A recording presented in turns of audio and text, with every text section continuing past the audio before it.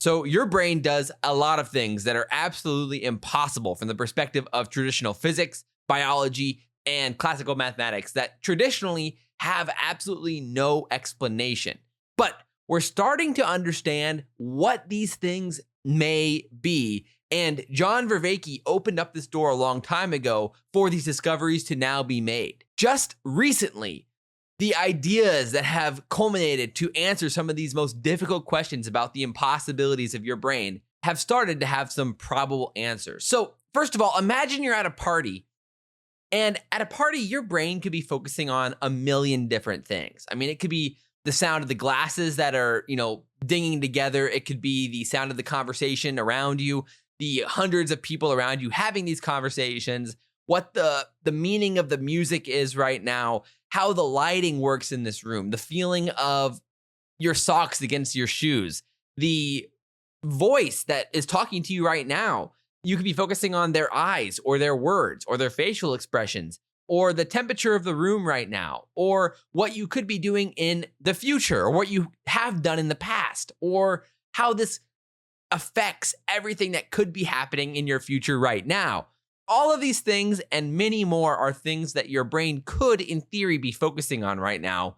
But for whatever reason, a certain percentage of the information in that room is reaching you in that moment. And then out of nowhere, you hear your name called from the opposite side of the room. In some side conversation, someone says your name and suddenly you're like, whoa, what was that? And you actually can hear somebody say that name out of absolutely nowhere, which points to the fact that your brain is receiving all of this information, but some part of you is deciding that, that's not relevant.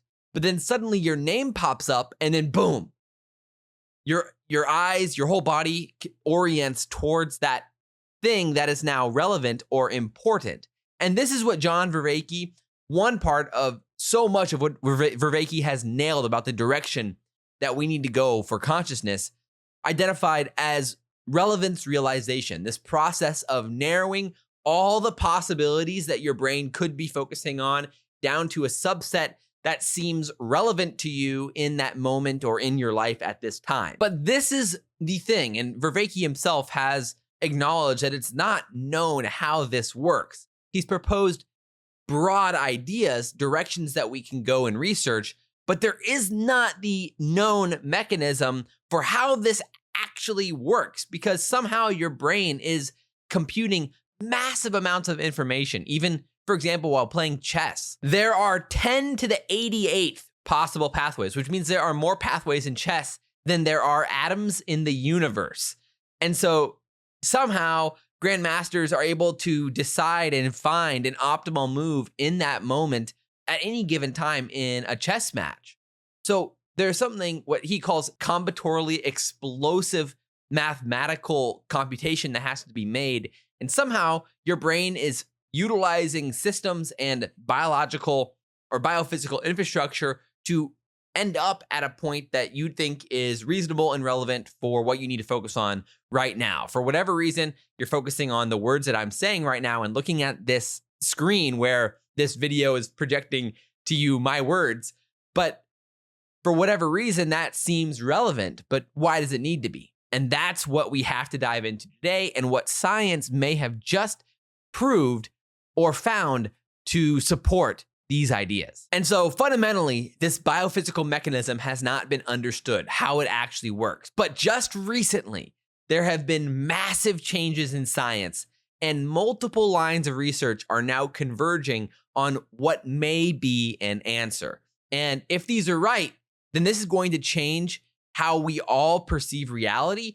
And it points to the idea that we have control over how much information we can receive about reality. And this has massive implications on what we interpret as real, meaningful, valuable, and what it means to be human at all. And not only that, but how we perform as humans and our abilities on a day-to-day basis. So this really has the potential to change everything about what it means to be human. So now we need to explore, well, what exactly is going on here? And this is where we have to start with John Vervaeke's work, because he has laid the groundwork for this entire process and really built the infrastructure for what needs to be found underneath. So let's start with relevance realization. This is where John Vervaeke's work is really at its most fundamental, because he argues that this is the cognitive function that really underlies all of what makes us human in some real sense, that it's the underlying cognitive function for everything that makes us human and how we interact with the world itself.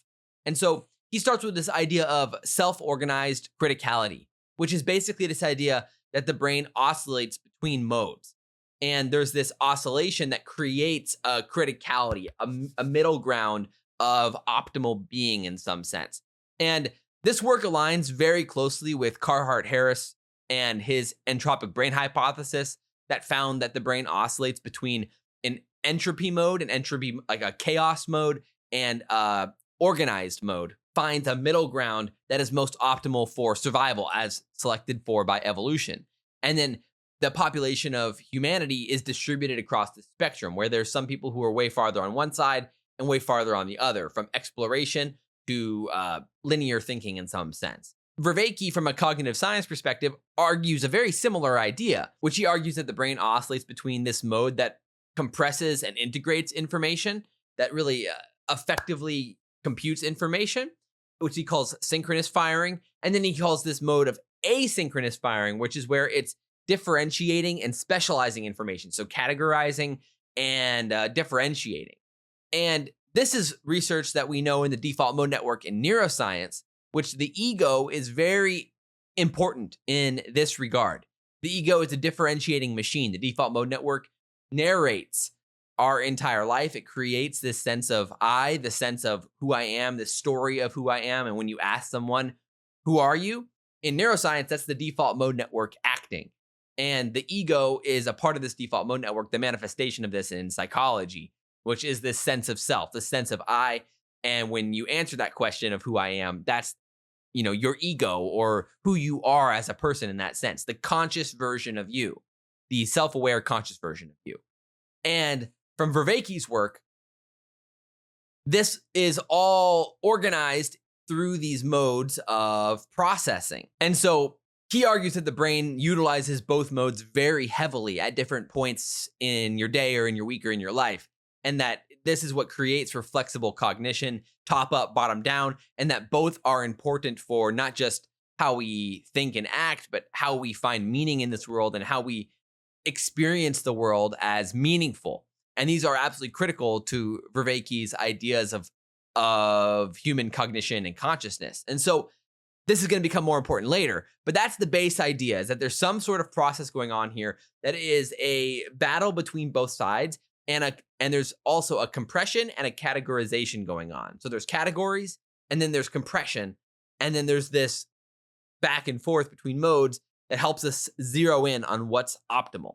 And this works through what he calls small world networks, which are basically network structures that balance local processing with a global integration. And so you may be wondering, well, how does this brain actually switch between these modes? And so this is what a lot of the work that we've been working on with me and Jack Tazinski have been working on, and that work will be listed below. But basically, this is connecting cognitive science, which is System 1 and System 2 is well known in dual process theory in cognitive science and in psychology.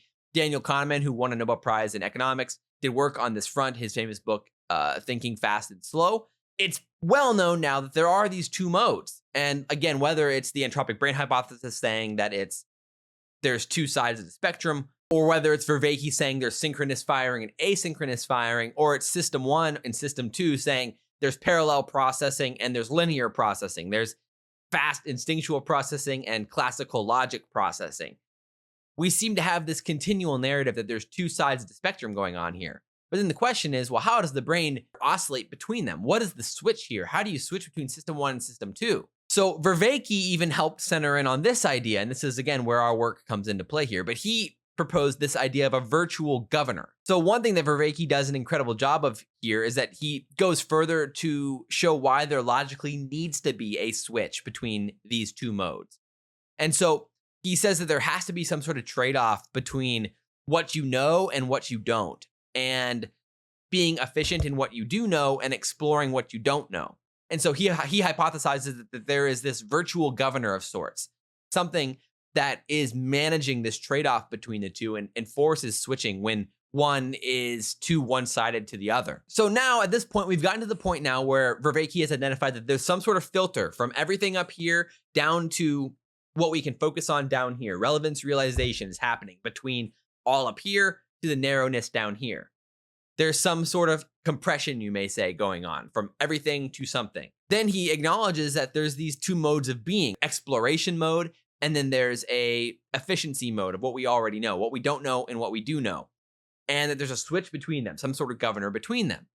But then he goes further in his research, and this is where I think his research does an incredible job of not just showing what needs to happen from a physical standpoint, but showing that it needs to reflect in the experiential aspect of humanity. And so, first of all, he's done work on the ideas of flow and insight, and he characterizes flow, this moment of being in the zone, whether it's playing music or playing a sport or playing video games or reading or creative writing, whatever it is. And so he characterizes this moment of flow as an extended aha, where you have insight after insight, and there's a cascade that's going on here.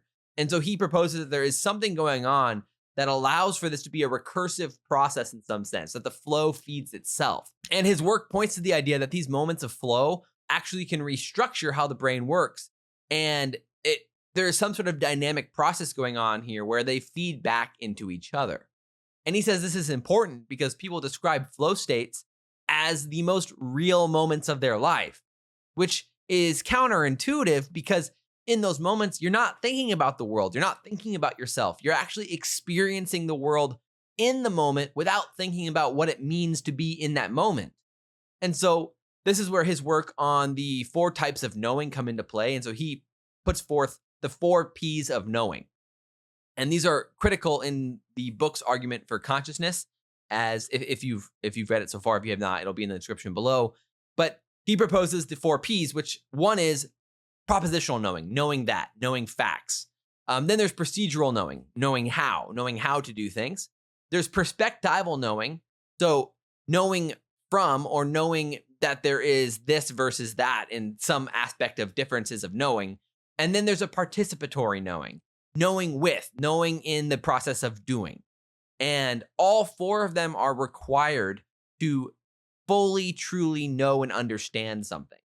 And that becomes very important here later on as well. So again, Vervaeke really zeroed in on how relevance realization works. So he had so much of this right. He has all of this going on here, from what the brain is doing at a big scale all the way to how it feels to be in this moment of the brain doing these things. And he describes how relevance realization works, with these small world networks and using heuristics. And heuristics are like in chess, the classic example is control the middle of the board. And it's like a saying or a belief or a thought process that helps you narrow in on more effective moves. So your brain uses these in some sense to zero in on optimal fit or optimal grip on what is going on in the world or how it should operate itself in the world. So, he has done so much brilliant work on this front, but he even admits that the heuristics and the current processes are not well understood. In his papers, he says somehow problem solvers reliably zero in on the relevant information to be investigated. And so he says, while heuristics are necessary for addressing combinatorial explosion, they are not sufficient for doing so. And he says that because they require a pre-specification of what area of search space to check, and it may not line up with the problem at hand. And so these are real problems still that have not been proposed for how this could be possible. And classical mathematics has a real problem here because the math for how neurons line up does not work out. It does not have enough computational power to solve these problems on their own from a classical mathematics perspective. So what else could be going on here? And that's the ultimate question. And in recent years, it's become highly plausible that there is a lot more going on in the brain than what we originally thought. And this stems from the field of quantum biology. For essentially the last 25, 30 years, it's been thought to be impossible that quantum processes could exist in the brain because it was too warm and too wet and too noisy for the brain to house these processes. But in the last 5 years, this has been completely flipped on its head. And that stems from a lot of research, but especially even going back to around 2010, as it became very obvious that photosynthesis itself uses quantum processes. And this was debated for a long time over the last decade, but in 2020, 18 scientists from MIT, Max Planck, Columbia, Michigan, and many others came together to solve this problem. And I have a whole other video on exactly this. So if you're interested, you can go check that out. But the long story short is that originally the idea was that it was too warm and too wet and too noisy in the brain, or even in biology, for there to be quantum processes. Because in quantum computing, you have to spend tons of energy to ensure that the system is near absolute zero, just so that quantum computation can occur, because it has to be so quiet and so cold, and removing all the noise is absolutely required for the computation to work. And so they assume that that's just impossible in biology because of all of those other problems with interference. But what this paper found in 2020 is that this is entirely the wrong approach to what's going on in biology. And this is what my collaborator Jack Kaczynski has done an incredible job on in his work in the last few years, is showing that biology is an open system. We receive photons, we receive energy from the outside world, we eat food, and then the metabolic process generates energy for our body to use. Unlike in quantum computers, that's not what's going on. They need to solve complex algorithms in an entirely different way than what the body needs to do. And that's what this Chow paper found, is that photosynthesis actually utilizes the process of decoherence, which is quantum states losing their coherent state and becoming less coherent, decoherent over time. And coherence is generally what was thought to enable quantum computing.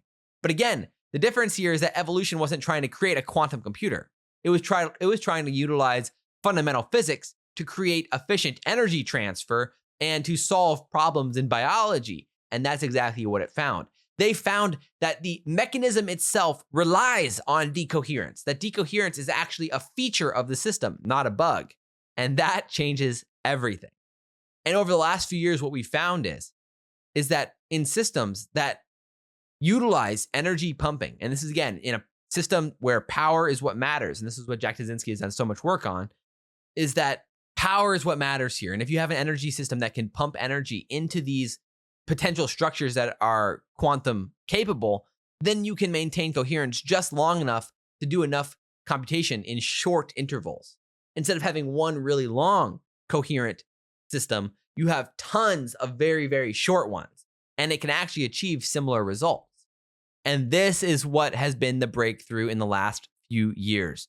We can point to a lot of research, 2023, Kalra et al., and then 2024, Babcock et al., and Cavaglià et al. In 2023, and Weiss 2025, Kahn 2024, and many, many others that have done a lot of work on this front, including decoherence research inside of physics itself.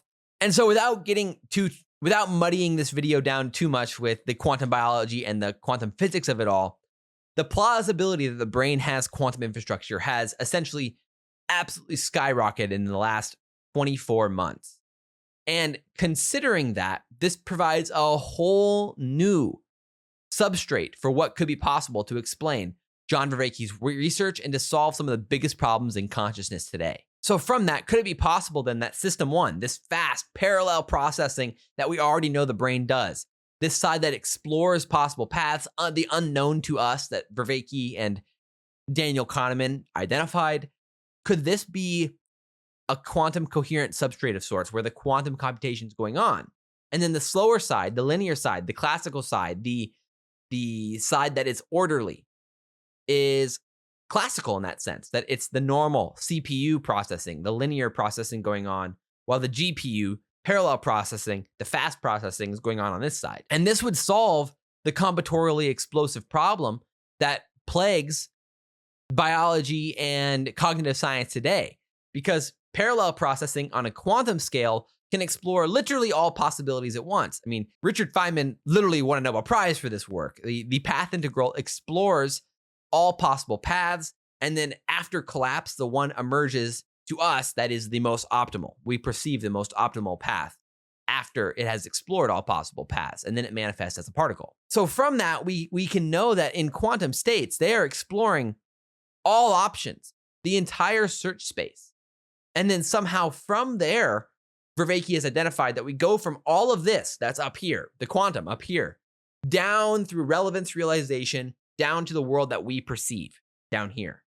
So there is still this process of compression going on, this process of narrowing, because you still have to go from everything to something, and that process is still a narrowing process. So what exactly could be going on there? So this is where breakthrough research in neuroscience can now step in. Over the last decade or so, there's been big advances on the front of neuroscience, especially when it comes to research around psychedelics, energy, and what the effects of entropy in the brain look like. And this comes from a lot of the research that Carhart-Harris has done. And this is where they start to converge in an extremely interesting way. So again, the default mode network is your sense of self, your sense of I, your sense of coherence across time. Who I am, who are you? That's the default mode network doing this, operating through your sense of I, your sense of ego. And this is all part of the default mode network. So what they found is that when participants took psilocybin, their sense of self would basically disappear. And what happened in those moments was their brain would enter this extremely exploratory mode of thinking. And the dial would move to the left. And this was correlated heavily. 66% of the variance in ego dissolution was explained by alpha oscillations in the posterior cingulate cortex, which means there is a massive correlation between the reduction of self and how alpha oscillations work in the default mode network. And because of that, it points to this change in the mode of processing. So then you can generate a hypothesis from this. And that's exactly what we do with this book. Is you can say, well, okay, somehow that means the default mode network is correlated in some sense to the quantum processes going on in microtubules, as the quantum biology research has shown. And then lo and behold, you can actually follow that chain all the way down already in research. Panatsis et al. In 2023 found that microtubules can be affected by the electromagnetic signaling that would come from the default mode network. And Weiss 2025 showed that microtubules can feel electromagnetic signals directly through calcium pathways that are already there. And this research has already been done to a large degree. So there's a lot of evidence for this chain already. So we can see that the default mode network has a direct causal influence on the quantum processes inside of microtubules.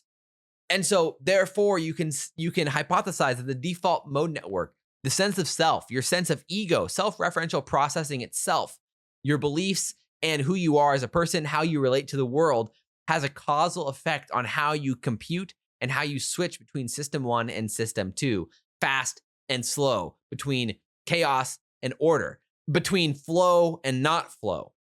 And all of this is correlated. And in flow research, this already exists as well. I mean, a really interesting study is from Leroy and Sharon in 2020, who recorded people on tightropes in flow states. And what they found basically was that the exact same areas of the brain that are essential for self-referential thinking in the default mode network need to be quiet for flow states and peak performance to emerge. So this gets very strange. So now we have a very plausible hypothesis here for how the brain can switch between quantum coherent processing of some sort and linear classical processing, maybe neuron processing in that sense on the right side. So there's some sort of classical processing, quantum processing, and the ego is switching between them in some way. Somehow the amount of self-referential processing, what this means to me, how this is going to affect me, how good am I doing right now, this differentiation that John Vervaeke talks about, this idea of categorizing and differentiating good from bad, good performance from bad performance. This is going to be good for me. This is going to be bad for me. I am great. I am horrible. Up and down, here and there. These are all differentiations that the ego and the default mode network are responsible for. And not only that, but it also is responsible for your relationship between the world. So it's building a framework about the world, beliefs about the world itself, how the world should work, how this action should create this result, cause and effect expectations and predictions from all of that. And so not only that, but then it has to make calculations based on how this is going to affect me, my sense of self, my safety. And so your body is calculating all of these things at once. And these are learned through millions and millions of years of evolution. So then from all of this, you'd have to assume like, okay, well, if this exists, then there better already be some research or some evidence that the brain operates in some sort of quantum-esque regime, because you would expect this fundamentally to matter a lot in how we think and perceive of the world. And lo and behold, there's a whole field on this already, which is called quantum cognition.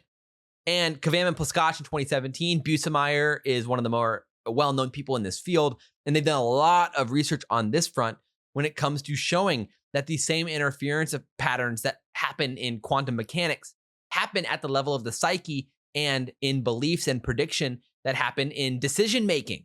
And they have a lot of studies on this in the last 10 years or so, pointing to the fact that the brain operates in a way that is at least akin to quantum mechanics in some way. And what they show is that binary decisions, yes or no, collapsing them into yeses and nos, create for stronger interference effects than a probabilistic fuzzy judgment. And this makes a ton of sense in quantum cognition, because in quantum mechanics, quantum states are like little circles or spheres, and the probability can be in any direction from the center of the sphere. So all of these are possible states, okay? So it has like infinite amounts of states basically, versus a binary classical 1 or a 0, a yes or a no, how computers work. And so in this, what they're saying here is that when you collapse the probability of all of these states to a 1 or a 0, a 1 or a 0, 1 or a 0, you're removing all of the probability, and this creates for more interference, because now it has to be filtered through this 1 or 0 instead of searching the entire possibility space. So before, a quantum state would have been able to explore all of these possibilities. And now, because you've collapsed them into a definitive belief about what's going to happen or how this matters or what this means for you, a 1 or a 0, now this interferes with later decisions. And this could be helpful or not helpful depending on how effective this collapse was. And that's what it becomes dangerous about collapsing things into definitive beliefs, because suddenly you're reducing the search space. All of this is now dead and gone, and all you have is a yes or a no. The entire in-between is now not searchable. So what does this mean for relevance realization? Think about what's happening here. Every single belief is eliminating search space. The entire in-between, between am I a good person, am I a bad person? Am I a great basketball player or am I a bad basketball player? Am I good at math or bad at math? Am I this or that, here and there? All differentiation that can occur, any belief you have about yourself, is eliminating search space. And that can be effective for survival, because it is great news for social bonding, for creating friends, for being similar with other people, for having similar opinions with other people, to feel safe as a human in your environment. But this creates a lot of problems when it comes to trying to be objective and unbiased and an efficient, effective thinker in a modern world with a lot of probability. And so there's a huge trade-off going on here. Every belief you have is sacrificing potential in some way. And this is where you start to integrate immediately into what relevance realization may just be. In a quantum cognition regime, beliefs are thermodynamic. They're energy, because at the end of the day, what is our brain at its most fundamental level? It's energy. And this also comes in with neuroscience research, and Carhart-Harris research is what they found is, first of all, the brain utilizes 20% of the body's energy, even though the brain is only 2 to 3% of the body's mass. Well, that becomes pretty strange, because then even more so, the default mode network uses 40% above energy baseline. So now think about how much energy is concentrated into that little area of the brain. And what is that part of the brain doing? It's creating your entire belief system, your entire meaning structure, your entire belief about this is a good thing to do, this is a bad thing to do, this is more beneficial, this is less beneficial, this is hot, this is cold, this is tall, this is short, this is great, this is bad, this is horrible, this is awesome. And not only that, but this is across every single differentiation of a spectrum of a word you can find, here and there, up and down, left and right. Our entire orientation to the world is literally being maintained by the default mode network. No wonder it uses 40% above baseline. So then, because we live in an open, again, remember what Jack Kaczynski and the quantum biology field has found is that this is an open, energetic, thermodynamic system. So if the default mode network is using so much of this energy, well, then it's no surprise that when it quiets, you're now spending less energy to maintain those ideas.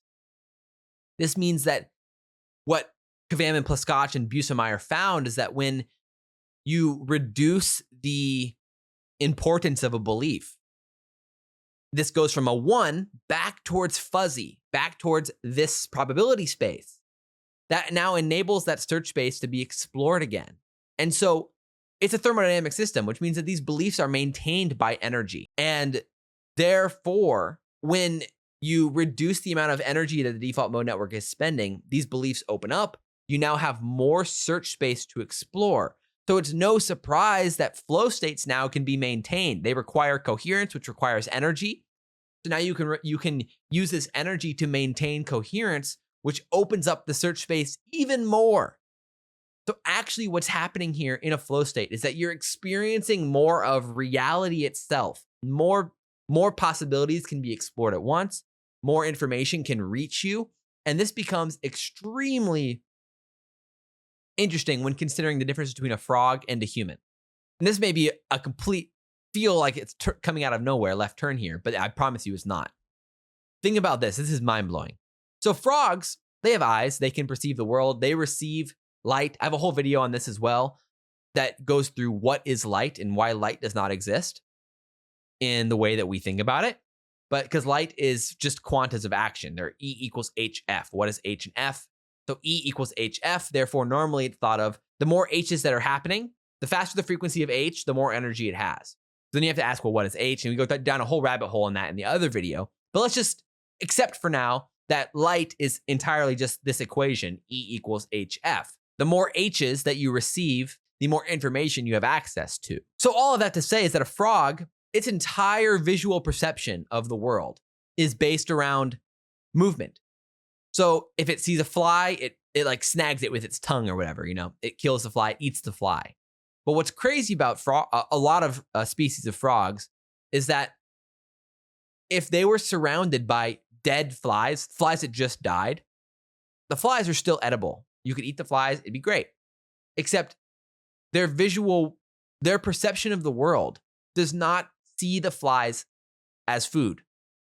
They will die of starvation surrounded by flies that they could eat. That's crazy. So you could think of it like the frog's eyes are seeing the flies. The photons are bouncing off the flies and into your eyes. Lots of rhymes going on here. But at the same time, there's no meaning structure built around what the dead flies mean. So they have no way to perceive that the dead flies are the same thing as flies that are flying. So there's actually a huge gap here in their perception, even though everything the frog needs to live, thrive, live the more meaningful, better, longer life is right in front of them. They actually can't perceive it because their filters are built, their beliefs are built that things on the ground aren't edible. Things that aren't moving aren't edible. Things that are moving are edible. So this belief, this structure built into their perception is something that is limiting their life in a massive way. So could we be the frog? And in this sense, that's exactly what John Vervaeke, relevance realization, and quantum cognition is pointing to, is that our beliefs, our identity, our worldview, our structure around how we perceive the world, how we defend our beliefs, and who we are as people massively restrict what we can perceive to us. And so, sure, we're receiving a certain version of the world, but this is not some objective version of the world. Just like the frog, it could be eating the flies right now, but it can't perceive them as food. In the same way, there could be tons of things in our lives that we cannot perceive as something that would be optimal for us because our prior beliefs, our prior identity structure, our prior relevance realization has funneled our search space to such a degree that we're missing out on massive amounts of the world that we literally cannot see from our current perspective. And that's pretty devastating. And in my own journey, I've experienced this multiple times where you have these insights, these ahas, and think about what that feels like. When you have these insights, it feels like they come from somewhere else. They come from outside of you in some sense. It's like they're getting pulled from the dark world out there, and then suddenly your world is now bigger. Aha! I'm enlightened, which is ironic that we even use those words in the first place from a physics perspective. But these are all part of this process of experiencing the filter in real time, this compression of all quantum possibility, all search space up here. And then suddenly we're limited by our informational biophysical interfaces. So we have 5 senses: our eyes, our taste, our feel, our touch, our sound, or whatever. We have all 5 senses. That's kind of what first has to filter the information. But even then, the quantum substrate, where quantum probability comes from, is already outside of physical reality. So the informational landscape that we could actually collapse possibility from is outside of physical reality. That's just literally how quantum physics works. The wave function, this is called the collapse of the wave function. Where does the probability live? It lives not in physical reality. It lives in some sort of mathematical substrate of reality, which our book dives into these ideas more in depth. But just to tease them out a little bit, you're actually pulling from a way vaster informational landscape than you can even imagine when you're searching the quantum probability field in a coherent manner. That's very technical. But when your ego drops, when the default mode network quiets, that increases how much quantum probability space you can search. And from that, paths that you would have never imagined that could be relevant or valuable for your life can emerge if they're not constrained by pre-existing beliefs. So this points to the idea that it's no surprise that contemplative traditions, so much of the contemplative traditions, spiritual traditions, the meditative traditions, focus on this idea of dissolving the self, dissolving the ego, letting go of things. And it's no surprise that's the case, because that's exactly what this quantum cognition research and relevance realization is pointing to. The more filters you can let go of, the broader search space you can explore, the more of the unfiltered reality you can experience in real time. And you can experience it at a computational speed that you were otherwise not experiencing it, because flow states is a more coherent, faster, richer regime of information. And that's exactly what we're missing out on when we constrain it with our preconceived beliefs about the world. So all that to say, there's a lot more we can dive into in this video, but the key here is that John Vervaeke was right about so much. And System 1 and System 2 were right. Carhart-Harris was right, it seems. All of these things are converging on this idea that quantum cognition is real, that the substrate for our spooky thoughts, our thoughts that seem to manifest from nowhere, our creative ambition, our ability to understand and participate. Again, the 4 Ps of understanding from John Vervaeke. This participatory aspect of the universe. We're participating in the quantum collapse of the universe at all times is part of this participatory theory of consciousness. And that's exactly what all of this seems to be pointing to. And it seems to be that our beliefs are actually what's holding us back. The energy we're spending to maintain our current worldview is actually holding us back from experiencing a deeper, more meaningful reality that's underneath. And so what beliefs are holding you back? Observe them in real time and find ways to let them go. And that seems to be a pretty optimal way to live a somewhat more optimal life in some sense. So thanks for hanging with me. We'll be talking a lot more about these ideas on the channel and in the books and research down below. So explore and enjoy and be and become. over time. Thanks for hanging. Talk to you soon.